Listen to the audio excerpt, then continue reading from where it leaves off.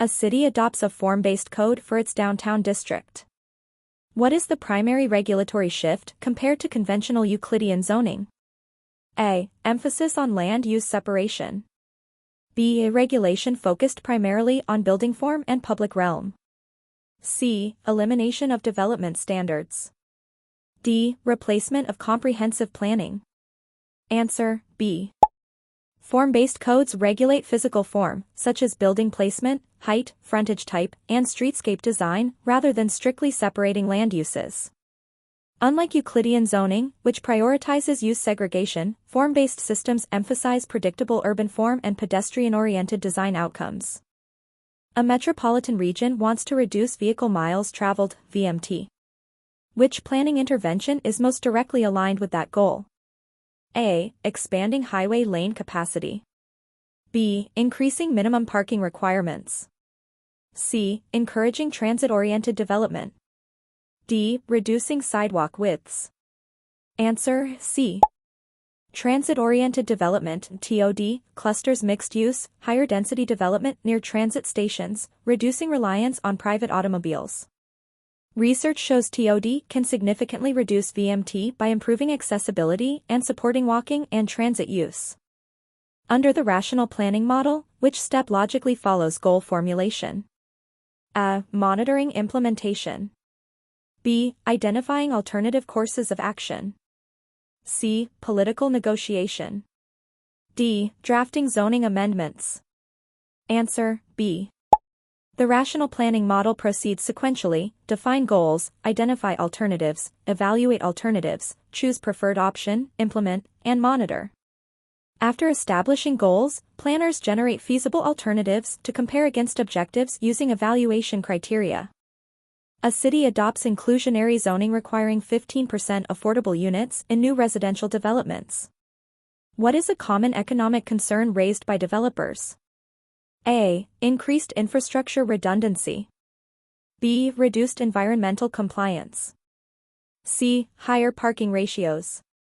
D. Potential reduction in development feasibility. Answer, D. Inclusionary zoning can affect project pro formas by requiring below-market units.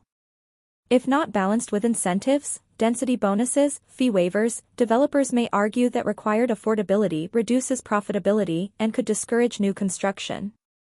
Which scenario most clearly demonstrates vertical fiscal imbalance? A. Local government collects more revenue than it spends. B. State mandates services without providing adequate funding. C. Federal government eliminates grants. D. Private developers fund infrastructure. Answer, B. Vertical fiscal imbalance occurs when responsibilities assigned to lower levels of government exceed their revenue authority. Unfunded mandates from higher levels create structural budget stress for municipalities. A planner conducting a cost-benefit analysis for a flood mitigation project discounts future benefits. Why is discounting applied? A. To penalize long-term investments. B. To reflect time value of money. C. To eliminate uncertainty. D. To inflate present costs. Answer, B. Discounting converts future monetary benefits and costs into present value terms. This reflects opportunity cost of capital and societal preference for immediate benefits over future ones, enabling comparison of long-term infrastructure investments. A comprehensive plan update includes extensive public workshops, charrettes, and surveys. This reflects which planning theory approach? A. Advocacy planning.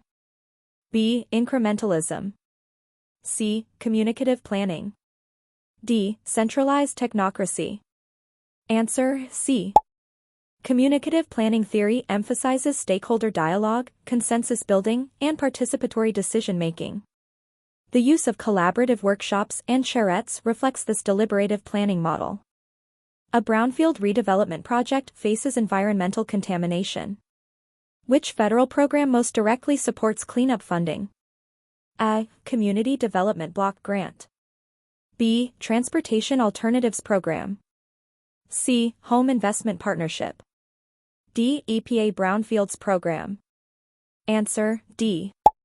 The EPA Brownfields program provides grants and technical assistance to assess and remediate contaminated sites. Redeveloping brownfields supports environmental justice, economic revitalization, and infill development goals. A local government uses tax increment financing, TIF, to fund infrastructure improvements. How does TIF primarily generate revenue? A. A new sales tax creation. B. Federal appropriations. C. Increased property tax from rising assessed values. D. Utility rate surcharges. Answer C. TIF captures the incremental increase in property tax revenues resulting from rising property values within a designated district. These increments repay bonds used to finance redevelopment infrastructure. A planner evaluating housing affordability uses Area Median Income (AMI). Why is AMI significant? A. It measures property tax rates. B. It determines zoning density. C. It defines eligibility thresholds for housing programs. D. It sets construction standards. Answer C. AMI is used to establish income eligibility categories, e.g., 30%, 60%, 80% AMI, for affordable housing programs. It ensures subsidies target households most in need. Which transportation demand management (TDM) strategy directly reduces single-occupancy vehicle trips? A. Expanding freeway shoulders. B. Employer-sponsored transit passes. C. Increasing minimum parking. D. Widening arterial roads. Answer B. Providing employer-subsidized transit passes incentivizes workers to shift from single-occupancy vehicles to public transit, reducing congestion and emissions. In land use law, a taking occurs when a. Government rezones agricultural land. B. Property taxes increase. C. Development permits are delayed. D. Regulation deprives property of all economically viable use. Answer D. Under constitutional law, a regulatory taking may occur when regulation eliminates all reasonable economic use of property. Courts evaluate whether government action effectively amounts to expropriation without compensation. A planner calculates population density as 10,000 persons per square mile. This is considered A. Gross density if including roads and parks. B. Net density if excluding non-residential land. C. Employment density. D. Floor area ratio. Answer A. Gross density includes total land area, including streets, parks, and other non-residential spaces. Net density excludes such areas and focuses solely on residential parcels. Which scenario best represents environmental justice planning? A. Locating hazardous facilities in industrial zones only. B. Prioritizing infrastructure in affluent neighborhoods. C. Ensuring vulnerable communities are not disproportionately burdened. D. Increasing highway capacity in suburbs. Answer C. Environmental justice seeks equitable distribution of environmental benefits and burdens. Historically marginalized communities often face disproportionate pollution exposure, which planning interventions aim to correct. A city introduces road pricing during peak hours. The primary objective is to A. Increase gasoline consumption. B. Encourage congestion reduction through price signals. C. Eliminate public transit. D. Expand suburban sprawl. Answer B. Congestion pricing applies economic principles to transportation management. By charging higher fees during peak times, it incentivizes off-peak travel, carpooling, or transit use, reducing congestion. A subdivision regulation requiring sidewalks and street connectivity primarily supports A. Agricultural preservation. B. Improved walkability and mobility. C. Industrial clustering. D. Reduced property taxes. Answer B. Connectivity and pedestrian infrastructure enhance accessibility, safety, and active transportation, aligning with complete streets and smart growth principles. Scenario planning differs from forecasting because it A. Predicts one most likely future. B. Ignores uncertainty. C. Eliminates policy evaluation. D. Explores multiple plausible futures. Answer, D. Scenario planning accounts for uncertainty by modeling alternative development pathways. It allows policymakers to evaluate resilience under varying demographic, economic, or climate conditions.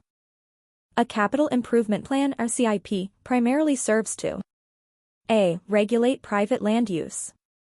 B. Establish short-term zoning. C. Schedule and finance public infrastructure investments. D. Increase property values directly. Answer, C.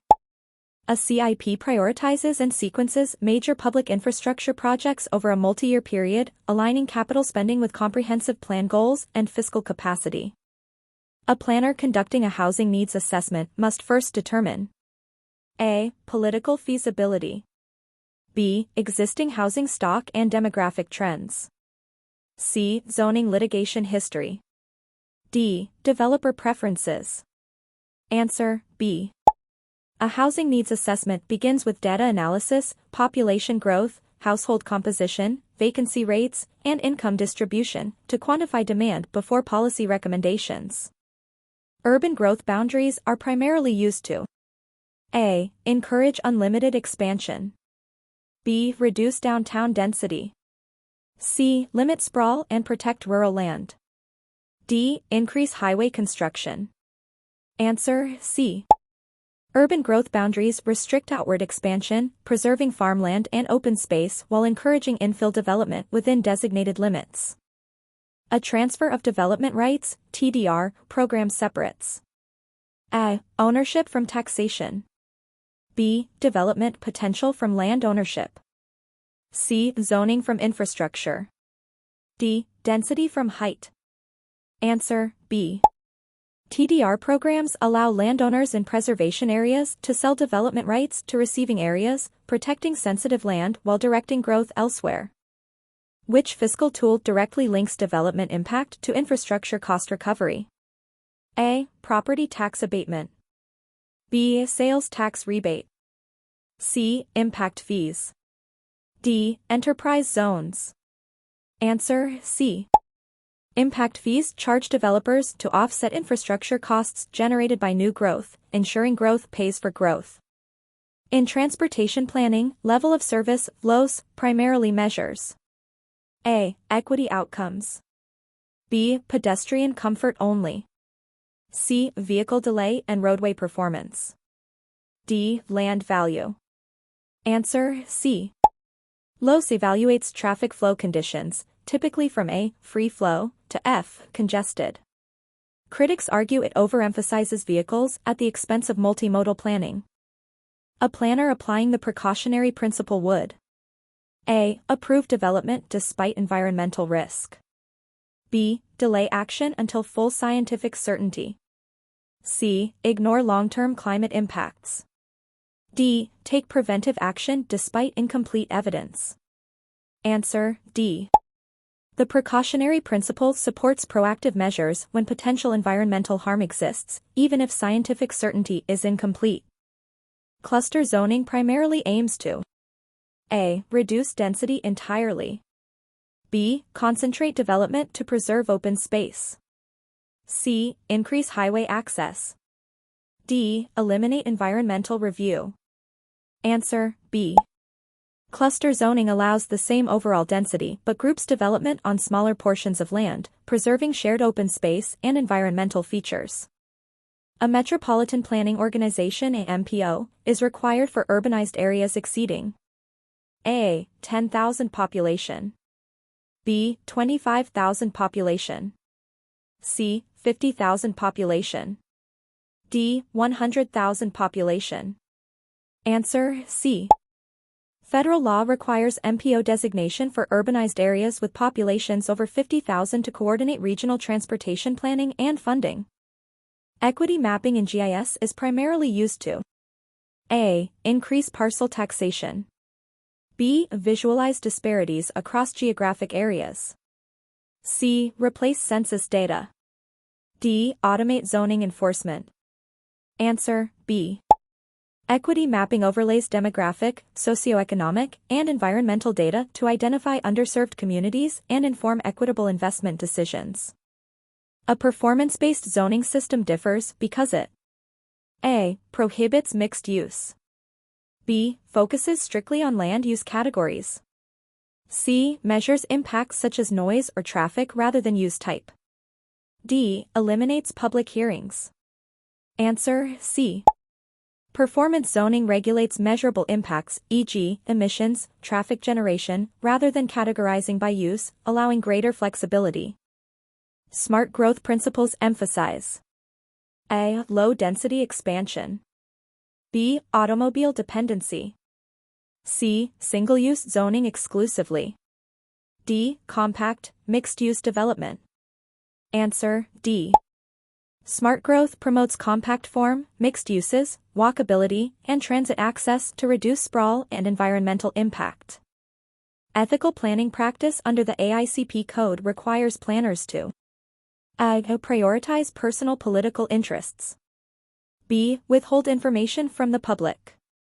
C. Serve the public interest with integrity and transparency.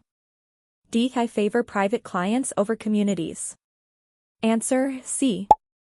The AICP Code of Ethics emphasizes serving the public interest, providing full, clear, and accurate information, avoiding conflicts of interest, and promoting social justice and equity in planning decisions.